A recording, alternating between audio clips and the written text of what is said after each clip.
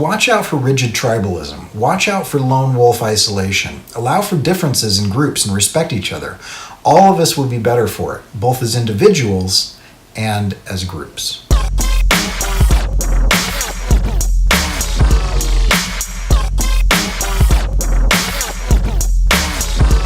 believe I've had a kind of breakthrough. I've been thinking a lot about two different things, and they've kind of congealed together to form a single theme.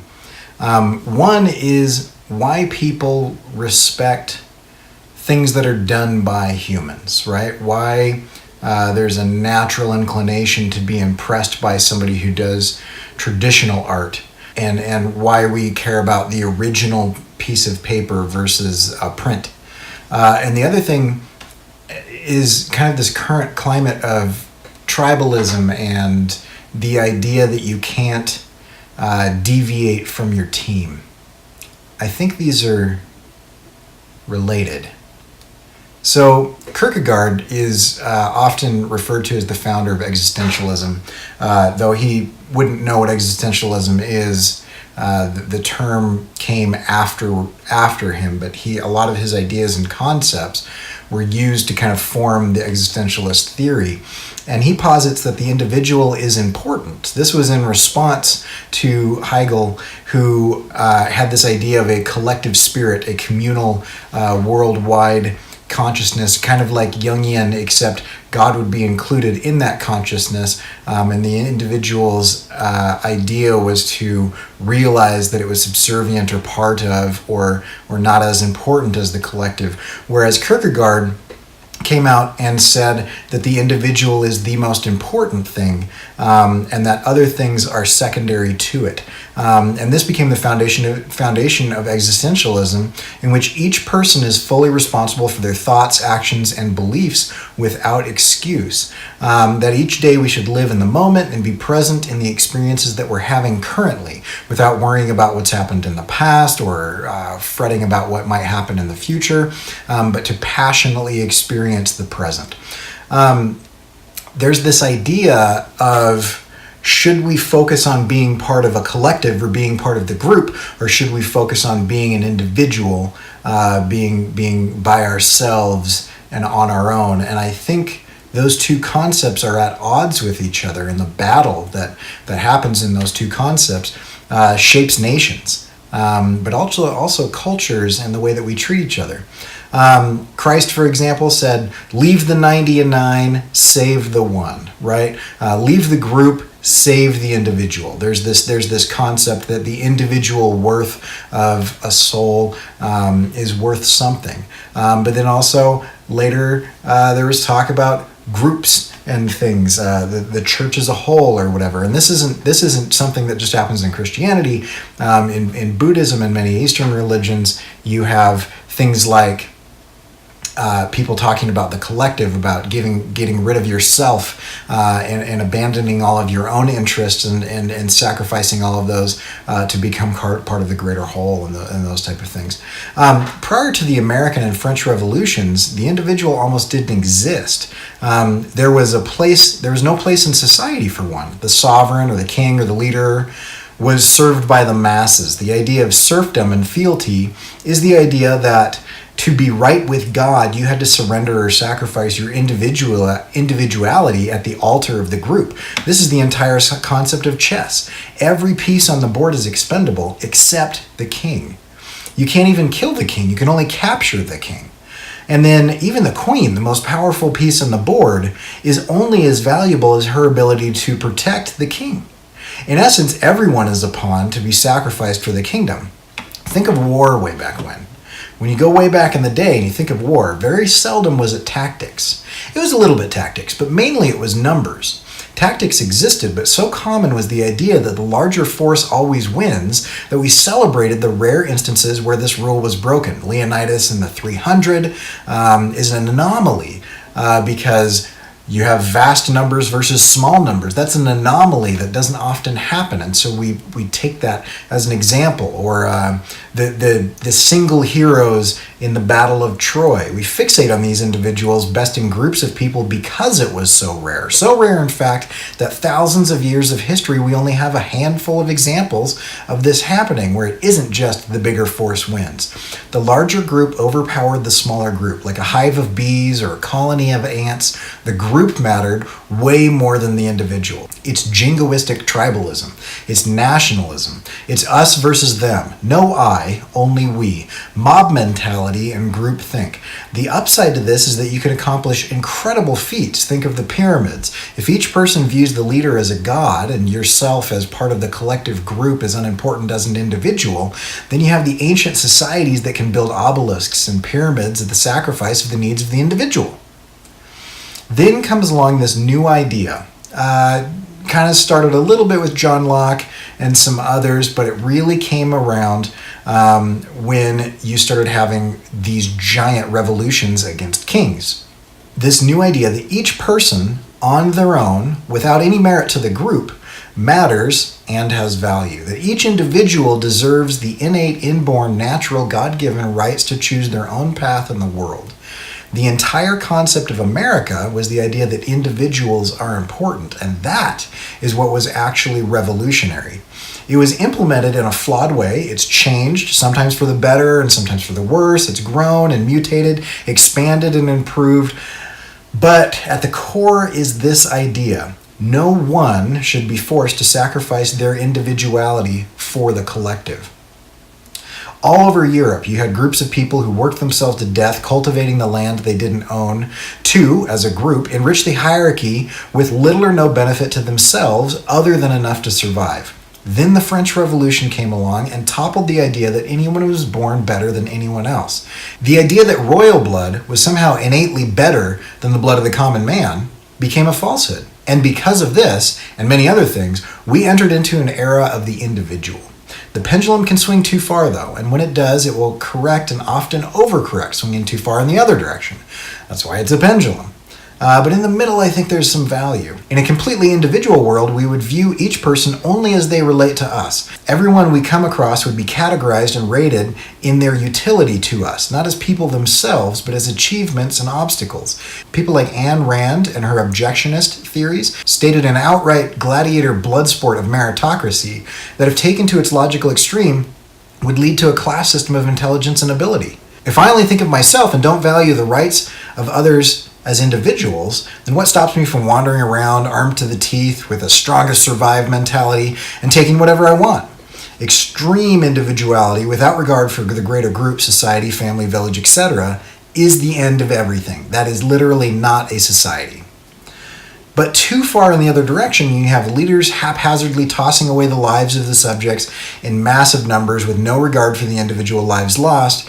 This swing towards tribalism, groupthink, loss of the individual always ends in mass murder. If you think about this, you can rile up a group of people in hatred towards a different group of people that are other than them, and we start to be able to do whatever happens. And it almost always ends in some sort of genocide, war, murder, purge, concentration camps, internment camps, or whatever.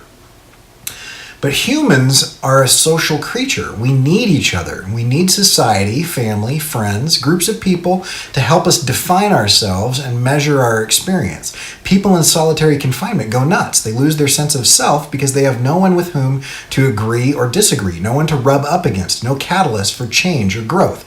The idea that other people are valuable as individuals is important in that we are forced to engage with people different than us, and that forces us to challenge our construct, our view of the world. If you were raised in a specific way, and everyone you ever met thought exactly that way, you would never change, never challenge, never think anything other than what you thought. That is the definition of damnation. If I dam a river, I stop its forward progress. If I remove all things different than myself in my life, my progress is stopped and I'm damned. The idea of marriage is like this. Someone you're committed to or forced to engage with every day that has a completely different individuality than you do, and the two of you together challenge each other in a million simple ways. In a healthy marriage, there is growth and change of each person as they adapt and evolve to consider a viewpoint other than their own while still maintaining who they are as an individual. And if it gets out of balance in either direction, it becomes an unhealthy relationship. If you stop considering the value of the other person and their individuality in that relationship and the value that they bring to your life, that is a huge problem, because then that's an abusive relationship, or at least a neglectful one. If, on the other hand, you sacrifice everything that you are to serve the needs of the other person and you completely lose who you are and what you need, you have a complete and total loss of self. You will be unhappy in that relationship and it will break down. So, like most things, an extreme swing in either direction drives society to devalue the individual so much that we are either in utter chaos or rigid structure. We are either wandering around, killing for what we want, or serving the collective like ants. The value, like most things, is in the middle, in the balance. Respect for the individual and the group, allowing for differences, gray areas, variations, with everyone working together for the common good.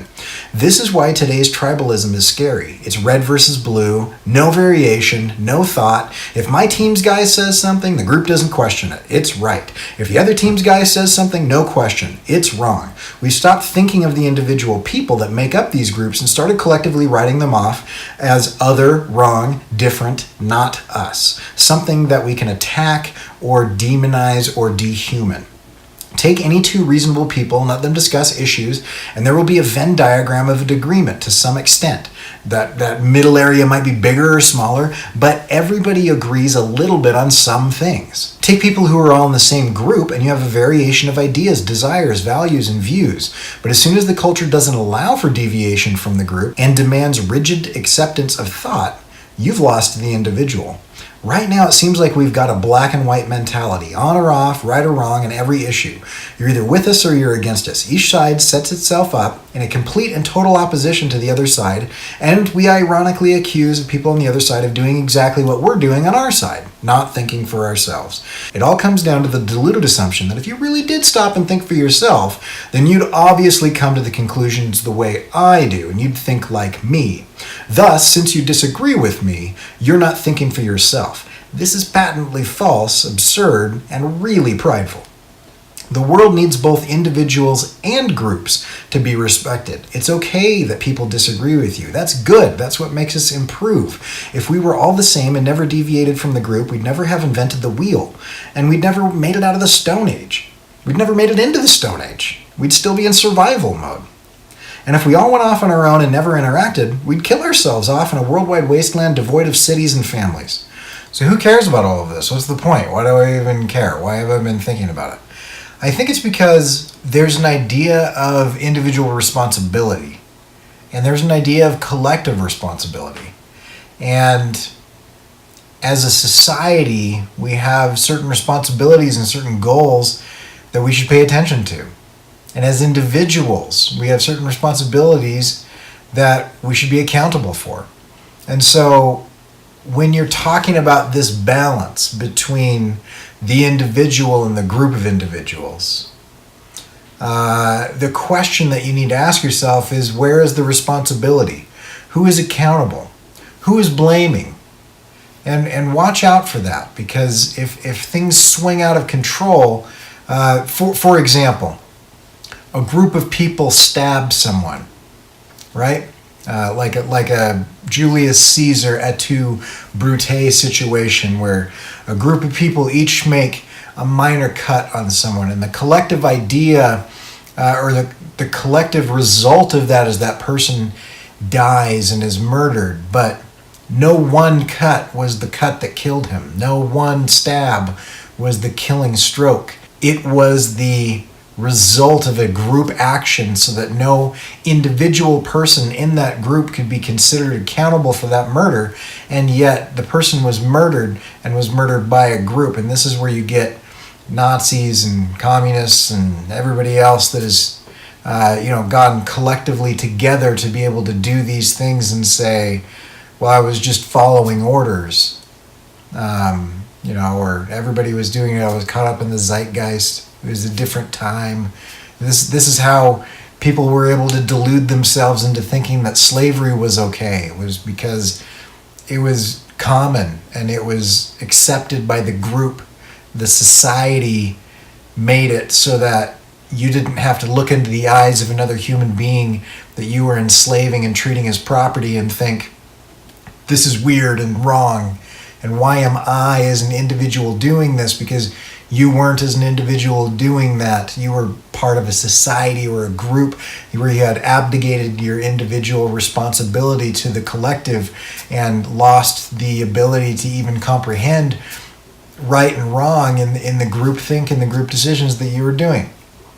And so that's kind of the idea that I want to focus on here, is that there is a balance between individuals and the individual rights and responsibilities that we each have for our own actions, our own thoughts, our own words, and behaviors, versus our responsibility to other people and other people's individuality and the rights and differences that those others have, and the benefit that we all get from different people grouping together, not to lose themselves in the group, but to contribute to the group with their differences and with their weaknesses and with their strengths. So watch out for rigid tribalism. Watch out for lone wolf isolation. Allow for differences in groups and respect each other.